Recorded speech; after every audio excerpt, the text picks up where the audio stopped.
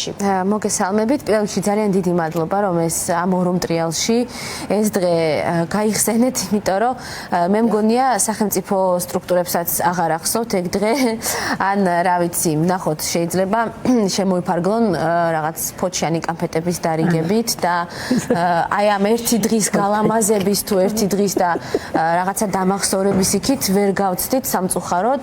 არა და ნუ რა თქმა უნდა ერთი დღე არ არის 365 დღე წელიწადში და ნუ ნაკიან წელს 366. ხო, ძალიან კარგი არის ერთის მხრივ რომ ჩვენ გვაქვს ორი ეს შეშემოპირთა დღე, ნუ როგორც ყველაფერი ორი გვაქვს საქართველოში.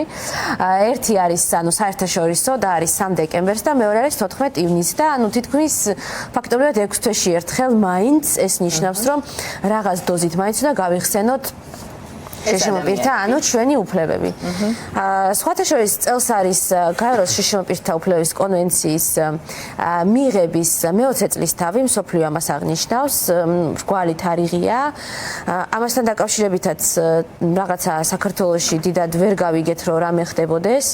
ეხლა ჩატარდა გაეროში, ანუ ამ კონვენციის ხელმომწერ სახელმწიფოთა კონფერენცია, რომელიც ისე ყოველწლიური არის და სახელმწიფოები იკრიბებიან და საუბრობენ პროგრესზე, გამოწვევებზე, მოკლედ ამ თემას აჯამებენ. საქართველოდან სამოქალაქო საზოგადოების წარმომადგენლები არ იყვნენ იქ, არ იყვნენ წარმოადგენილი, საქართველოს არ წარმოადგენდა არავინ სამოქალაქო საზოგადოებიდან. და ყოველ შემთხვევისთვის საჯაროდ არ ვიცით და ნუ თუ ვინმე იყო და ჩვენ არ ვიცით და ეს საჯაროდ არ ჩანს, ესეც ძალიან ცუდია, იმიტომ რომ ესეც აჩვენებს იმ უკუსლას, რომელიც ზოგადად ქვეყანაში არის, რომ ხალხს დასამალად გაუხდათ, რომ დაუშვათ წავიდნენ გაეროში და რაღაც საკითხებზე ისაუბრეს.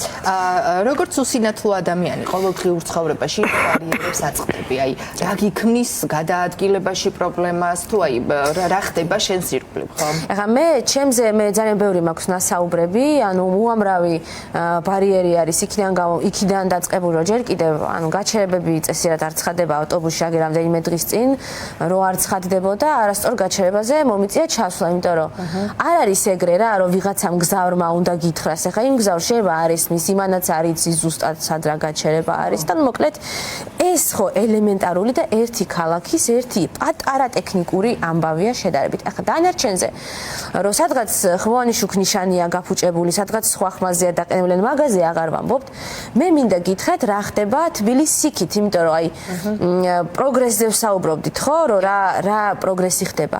იცით როგორი რაღაც, აი ზედაპირზე თითქოს ტივტივებს რაღაც პროგრესი, რაღაცა კანონი მივიღეთ, რაღაც შეხვედრა გავმართეთ, რაღაცა თითქოს რაღაცა ხდება, მაგრამ რეალურად აი საშუალო სტატისტიკური უსინათლო შეშემოპირის ცხოვრებაზე როგორ აისახება ეს არის დასადგენი. აი მაგალითად მე ეხა ვიდეოებს რო ვიღებ, თქვათ აი ქალაქში გადაადგილებაზე რაღაცაზე მწერენ მერე და ერთ-ერთი რეგიონიდან მომწერა ანუ ჩემი ტოლი ქალის მშობელმა დედამ რომ მეო ჩემი შვილიო არ გაჩერდა ინტერნატში ანუ 2000-იან წლებზე მაქვს საუბარი, ანუ სპეცსკოლაში, უსინათლოთა სპეცსკოლაში, რაც არის ძალიან ნორმალური, რომ ბავშვს არ უნდადეს სახლიდან წამოსვლა და სახლიდან გაგდება ფაქტობრივად და ისა შაბათ-კვირას მარტო ჩასვლა სახლში, ხო?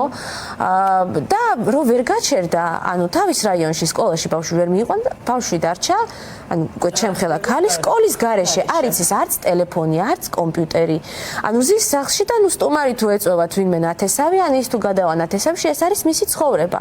ანუ საშუალოს და ესე იგი მე თუ ჩემი ოჯახი რო არ გადმოსულიყო თბილისში, მეც დავრჩებოდი ისე როგორც არის ახლა ის ადამიანი იქ. ამიტომ აი ესეთი ადამიანებისთვის რა სახვედრებს მათ სახელმწიფო დღეს. აი მაგაზე მაგ რეგიონებში მასობრივად ასე ხდება. რა თქმა უნდა, ახლა რამდენი იქნება ახლა ჩემ ვიდეოებს, ახლა მე მილიონიანი რეიტინგის ტელევიზია ნამდვილად არ ვარ, რომ ახლა რამდენი ნახავს, ხო? ახლა ნუ რა ვიცი, მაქსიმუმ რამდენიმე 1000 ადამიანი და ახლა ვინც ვერ ნახავს და ვერ გაიგებს, არც უსინათლოთა კავშირის წევრი არ არის, არც ერთ დღის ცენტრში არსად არ დადი, იმიტომ რომ არც იცის. რო არსებობს ეგეც არის. არ იცის და მეორე ამბავი ნახეთ, სრულწლოვანი რომ არის, მისთვის არც არაფერი არ არის.